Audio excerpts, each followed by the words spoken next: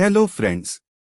Today's video is about how to reduce noise in FCU motors using a dimming device.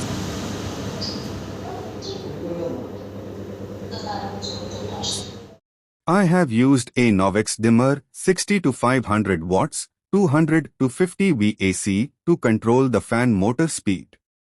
This method is very helpful, especially for reducing the motor noise.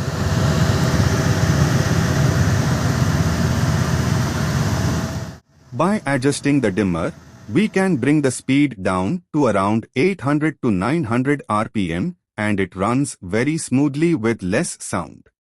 This setup is very easy to install, and we can control the speed as needed.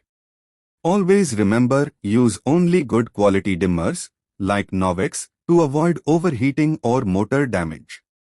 Thank you for watching. Don't forget to like, share, and subscribe for more MEP tips.